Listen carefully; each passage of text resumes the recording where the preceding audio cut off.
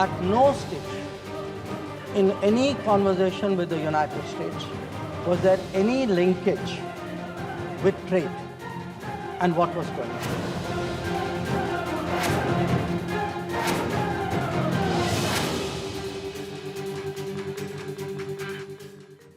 When trade stops, war comes.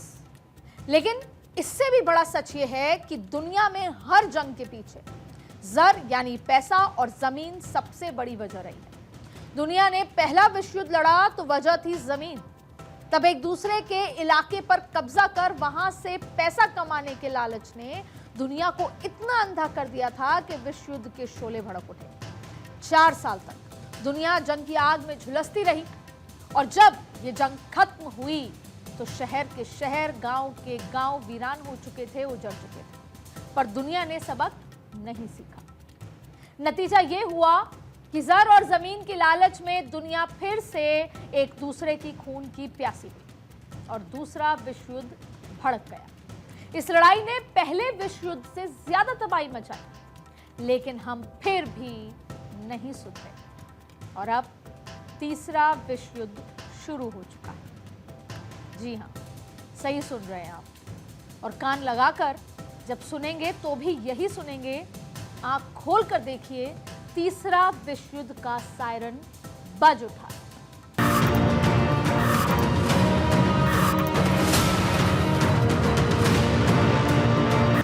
ये लड़ाई अभी तो हथियार से नहीं लड़ी जा रही, अभी तो इस लड़ाई में बम नहीं बरस रहे और अभी तो इस लड़ाई में मिसाइलें नहीं दागे जा रही। अभी तो सिर्फ कारोबारी धमकियां दी जा रही हैं। अभी तो सिर्फ ट्रेड और टैरिफ के नाम पर टेरर फैलाया जा रहा है। लेकिन जब इस वजह से कारोबार ठप हो जाएगा, कारोबार रुक जाएगा, तब इस वजह से दो देश आपस में एक दूसरे को तबाह करने के लिए इतने आमदा हो जाएंगे, तब शुरू होगा हथियारों का जंग। और तभी मैंने आपसे शुरू में कहा था, when trade stops, war begins। तो आज के पॉलिटिकल कॉरिडोर में मैं ट्रंप के इसी टैरिफ बम का विश्लेषण करूंगी और बताऊंगी आपको कि क्यों मैंने कहा कि तीसरा विश्व युद्ध शुरू हो चुका है। अब कहते हैं व्यापार ही वो धागा होता है जो राष्ट्रों को दोस्ती के रिश्तों में बांध कर रखता है और इस कच्चे धागे को मजबूत रखने का नियम कहता है कि the foreign trade should be fair rather than free. लेकिन अमेरिका को अपनी उंगलियों पर चलाने वाले राष्ट्रपति डोनाल्ड ट्रंप ने दुनिया के जाने माने अर्थशास्त्रियों के इन विचारों की पोटली बनाकर दरिया में फेंक दी। MAGA, मागा की बात कहकर ट्रंप अमेरिका को ग्रेट बनाने चले। ट्रंप दुनिया को ग्रेट ट्रेड वॉर में धकेल चुके हैं। बिल्कुल मैं यही बात कर रही हूं कि ट्रंप ने दुनिया को वर्ल्ड ट्रेड वॉर में धकेल दिया है, क्योंकि दुनिया अभी तक जिस तीसरे वर्ल्ड वॉर की आशंका लगा रही थी, उसको ट्रेड वॉर के सांचे में ढालकर जंग का बिगुल ट्रंप ने टैरिफ से बजा दिया है। याद रखिए, हर युद्ध जंग के मैदान पर नहीं लड़े जाते।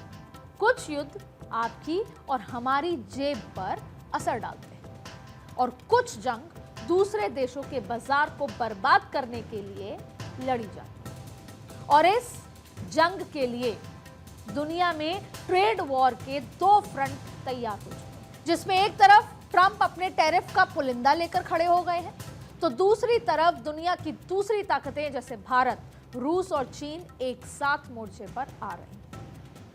मकसद ट्रंप की दादागिरी का जवाब देना, मकसद अमेरिका को उसकी असलियत बताना, मोनोपोली वाली मार्केट खत्म करना। और ये जो ब्रिक्स हुआ, ये जो तमाम देश आए थे, एक समय रिक का भी जिक्र होता था, रशिया, इंडिया, चाइना, ये सब इसलिए ही तो था कि एक देश अपनी दादागिरी ना चलाता रहे और जो प्रोग्रेसिव देश हैं वो इसको काउंटर कर सके। लेकिन अब शायद जरूरत बहुत ज्यादा तेजी से अब बढ़ रही है, इसीलिए अमेरिका को उसकी असलियत बताना, और मकसद ये भी है कि दुनिया को अपनी हैसियत बताना। फिर इसके लिए मतभेद भी मिटाने पड़े, मनमुटाव भी मिटाने पड़े, क्योंकि भारत के लिए उसका हित, अपने लोगों का फायदा, अपने राष्ट्र की संप्रभुता ही सर्वोपरि है।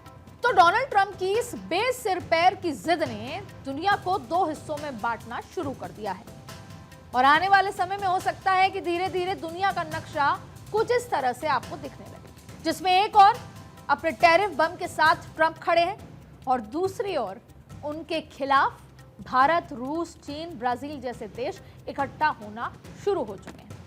एक तरफ ब्राजील ने भारत और चीन से बात की है, तो दूसरी तरफ रूस, दक्षिण अफ्रीका और यूएई से संपर्क साधे हुए हैं। ये वो देश हैं जो ब्रिक्स के सदस्य हैं और दुनिया की अर्थव्यवस्था का करीब 37% है। तो वैश्विक बाजार के तौर पर इन देशों की आबादी करीब 3.5 बिलियन है, जो दुनिया की जनसंख्या का करीब 45% है।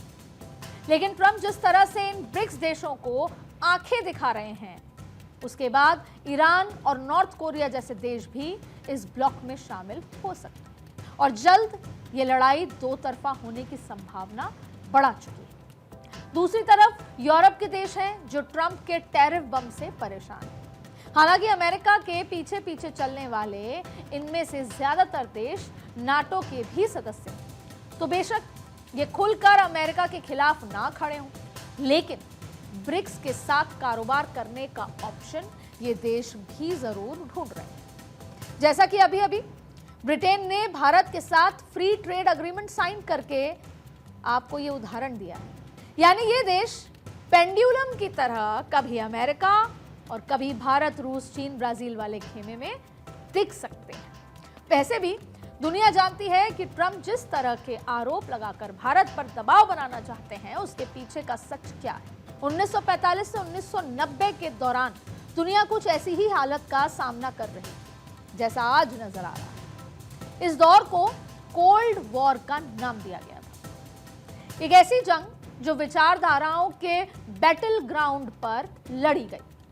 कागज के गोले, पत्र पत्रिकाओं की मिसाइलें और रेडियो और प्रचार साधनों से सैनिकों के साथ तकनीकी सोवियत संघ और अमेरिका आमने सामने थे। इस युद्ध में ना किसी बंदूक की आग उगली, ना कोई सैनिक घायल हुआ, लेकिन दुनिया दो धड़ों में बटी।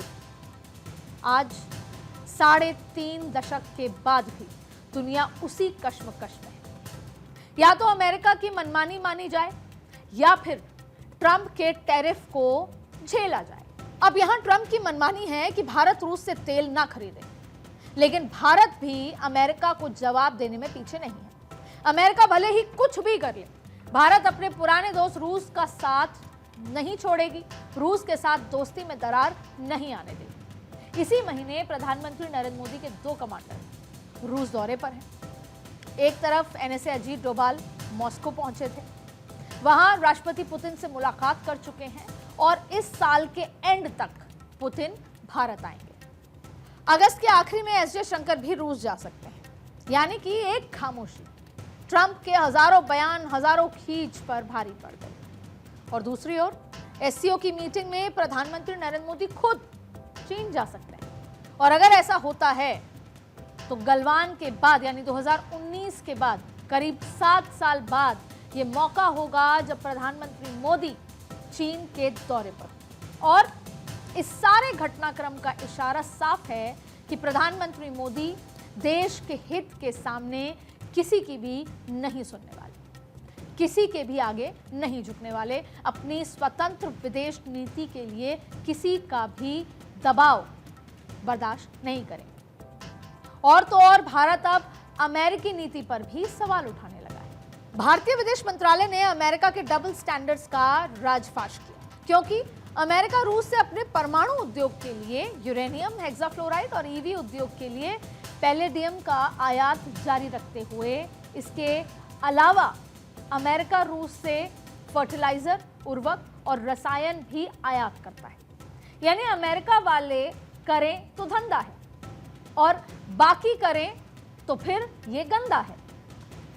सबसे मजेदार बात यह है कि ट्रंप खुद रूस के साथ अपने फायदे के लिए ट्रेड का हिसाब किताब और बहीखाता लेकर बैठे हैं और भारत को बताते हैं कि रूस से भारत तेल खरीदता है, जिससे रूस को पैसे मिलते हैं और रूस हथियार बनाकर यूक्रेन पर हमला करता है और भारत मुनाफे के लिए सस्ते तेल को बेच देता है। ट्रंप को ही नहीं पता कि उन्होंने रूस में कितना पैसा खर्च कर दिया। ना ही ट्रंप के पास हिसाब है कि रूस के साथ उनका क्या हिसाब किताब है, उनके अपने देश का कितना कारोबार चल रहा है रूस के साथ। अब ट्रंप के पास हिसाब हो या ना हो, हमारे पास जरूर है। जरा देखिए, 2024 की बात करें तो अमेरिका और रूस के बीच 42,000 करोड़ रुपए का कारोबार हुआ, जिसमें रूस से अमेरिका में 25,000 करोड़ रुपए का आयात हुआ। ये वही अमेरिका है जिसने जनवरी 2025 में रूस को 300 करोड़ रुपए का सामान बेचा था और उसके 6 महीने बाद जून 2025 में इसी अमेरिका ने 454 करोड़ रुपए का सामान रूस को बेचा। और इसी तरह जनवरी 2025 में अमेरिका ने रूस से 1689 करोड़ रुपए का सामान खरीदा और 6 महीने के ट्रंप के कार्यकाल में जून 2025 में रूस से इसी अमेरिका ने 3,489 करोड़ रुपए का सामान खरीदा। ये आंकड़े बताते हैं कि रूस से अमेरिका आयात करीब 40% बढ़ा है और इस साल करीब 35,000 करोड़ रुपए के आयात का अनुमान भी है। यानी दुनिया को ज्ञान और रूस से कारोबार ना करने की नसीहत देने वाले ट्रंप खुद ही अमेरिका में रूस की दुकान चलवा रहे हैं और ये चाहते हैं कि भारत रूस से कारोबार ना करे। इस कारोबार को रोकने के लिए ट्रंप के पास टैरिफ नाम का हथियार तो है, लेकिन अमेरिका के लिए एक कड़वी सच्चाई ये भी है कि ट्रंप का ये हथियार अमेरिका के ही लोगों पर बैकफायर करेगा, क्योंकि टैरिफ का फैसला पैर पर कुल्हाड़ी नहीं है, कुल्हाड़ी पर पैर मारने जैसा है। अब उदाहरण के लिए 2023-24 के आंकड़ों को समझते हैं। भारत और अमेरिका के बीच 9,91,000 करोड़ रुपए का व्यापार होता है, जिसमें भारत ने 6,42,000 करोड़ रुपए का सामान अमेरिका को भेजा।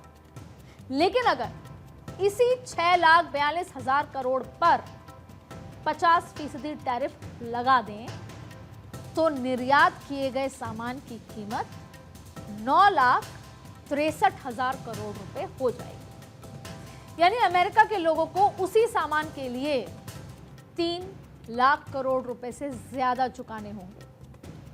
तो पहले 6,42,000 करोड़ रुपए में जो था वो कीमतें बढ़ गई। ये कीमत ना ट्रंप देंगे ना भारत, बल्कि अमेरिका के लोग चुकाएंगे। बेशक महंगाई बढ़ेगी तो डिमांड घटेगी और डिमांड घटेगी तो उस इम्बैलेंस को सेटल करने के लिए भारत को नए ट्रेड पार्टनर्स के साथ मजबूत साझेदारी की जरूरत पड़ेगी और भारत इस दिशा में काम भी कर रहा है। सुगबुगाहट तो समझ आ ही गई थी, अमेरिका के तौर तरीके भी समझ आ गए थे। तो भारत, आपने देखा प्रधानमंत्री मोदी के जो दौरे थे पिछले दिनों, किस तरीके से बड़े छोटे डेवलपिंग नेशंस के साथ उनके व्यापारिक रिश्ते और इसके अलावा सांस्कृतिक रिश्ते आगे बढ़ रहे थे। आज ही के दिन के लिए अमेरिका के टैरिफ को जवाब देने के लिए भारत जिस मोर्चे को मजबूत कर रहा है, उसमें दुनिया के ये वो देश हैं जो अमेरिका को उसकी असल जगह दिखाने का दम रखते हैं। इसमें एक तरफ अमेरिका है तो दूसरी तरफ भारत, रूस और चीन खड़े हुए हैं। आर्मेनिया भी भारत के साथ ट्रेडिंग की मजबूत कड़ी बनकर उभर रहा है। ब्राजील भी अमेरिका की दादागिरी के सामने झुकने को तैयार कतई नहीं है। नॉर्थ कोरिया के साथ भी भारत के रिश्ते कोई खराब नहीं।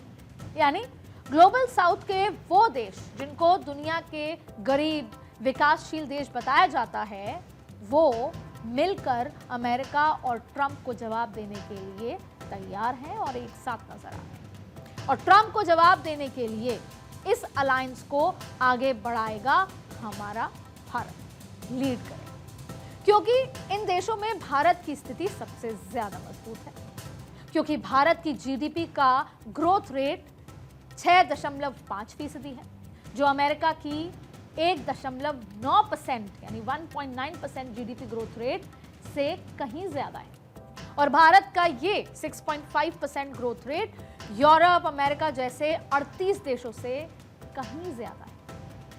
आईएमएफ का अनुमान है कि दुनिया का जीडीपी ग्रोथ रेट 3% रहेगा, जबकि भारत के लिए 6.4% ग्रोथ रेट का अनुमान बताया गया। अब सवाल उठता है कि क्या सिर्फ रूस से तेल खरीदने के लिए और यूक्रेन में युद्ध रोकने के लिए ट्रंप ने भारत पर भारी भरकम टैरिफ का ऐलान किया है? हाँ, एक वजह हो सकती है क्योंकि ट्रंप नोबेल पुरस्कार की लालच में बेचैन हो उठे हैं। युद्ध कहीं का भी किसी तरह से सीजफायर के तख्त पर अपना नाम दर्ज कराना ही ट्रंप का मकसद है। जैसे थाईलैंड और कंबोडिया युद्ध ही ले लीजिए, उस संघर्ष में भी ट्रंप सीजफायर की डफली बजा रहे थे। और लिख कर ले लीजिए, गाजा पर भले ही ट्रंप की आंखें बंद हो, लेकिन यूक्रेन में किसी तरह जंग रोककर ट्रंप फिर नोबेल नोबेल चिल्लाने लगे। व्हाइट हाउस फिर कहेगा कि ट्रंप को नोबेल दो, लेकिन एक वजह और है जिस बारे में शायद ट्रंप और व्हाइट हाउस कभी कुछ ना बोले। वो वजह है भारत के फार्मिंग सेक्टर में घुसने की ट्रंप की कोशिश। ट्रंप अपनी फसल भारत में बेचना चाहते थे, अपने दूध, डेयरी प्रोडक्ट्स की दुकान भारत में लगाना चाहते थे, लेकिन इसका नुकसान भारत की अर्थव्यवस्था की रीढ़ यानी कि किसानों को उठाना पड़ता, लिहाजा हिंदुस्तान ने इनकार कर दिया और ट्रंप को ये बात चुभ गई। लेकिन ट्रंप ये बात हमेशा याद रखें कि ट्रेड के ताने बाने को तोड़कर अगर वो दादागिरी पर उतर आए तो भारत भी ऐसा जवाब देगा जो अमेरिका हमेशा याद रखेगा। And the American dream will become a nightmare itself for Americans. वैसे भी दादागिरी दिखाना अमेरिका की पुरानी आदत रही, लेकिन दुनिया ट्रंप की दादागिरी के खिलाफ एकजुट होने लगी है। ब्राजील के राष्ट्रपति कह रहे हैं कि वो ट्रंप से बात करने की जगह प्रधानमंत्री मोदी और शी जिनपिंग से बात करना पसंद करेंगे, तो दूसरी ओर चीन भी भारत के समर्थन में खड़ा हो रहा है। ग्लोबल टाइम्स ने साफ लिखा कि भारत की अपनी मर्जी से चलने की कोशिश अमेरिका की एक तरफा दबंगाई से टकरा गई।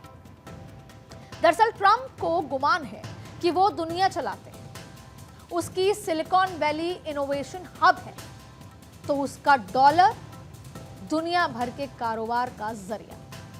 पर ट्रंप ये भूल रहे हैं कि वो भारत से टकरा रहे हैं और इतिहास में निक्सन और उससे पहले जॉनसन ऐसा करके देख चुके हैं। पर भारत ना तब झुका था, ना अब झुकेगा। अगर कोई झुकेगा तो ट्रंप और ट्रंप की बेतुकी जिद। आज पॉलिटिकल कॉरिडोर में बस इतना ही। देश दुनिया की बाकी खबरों के लिए देखते रहिए भारत पर।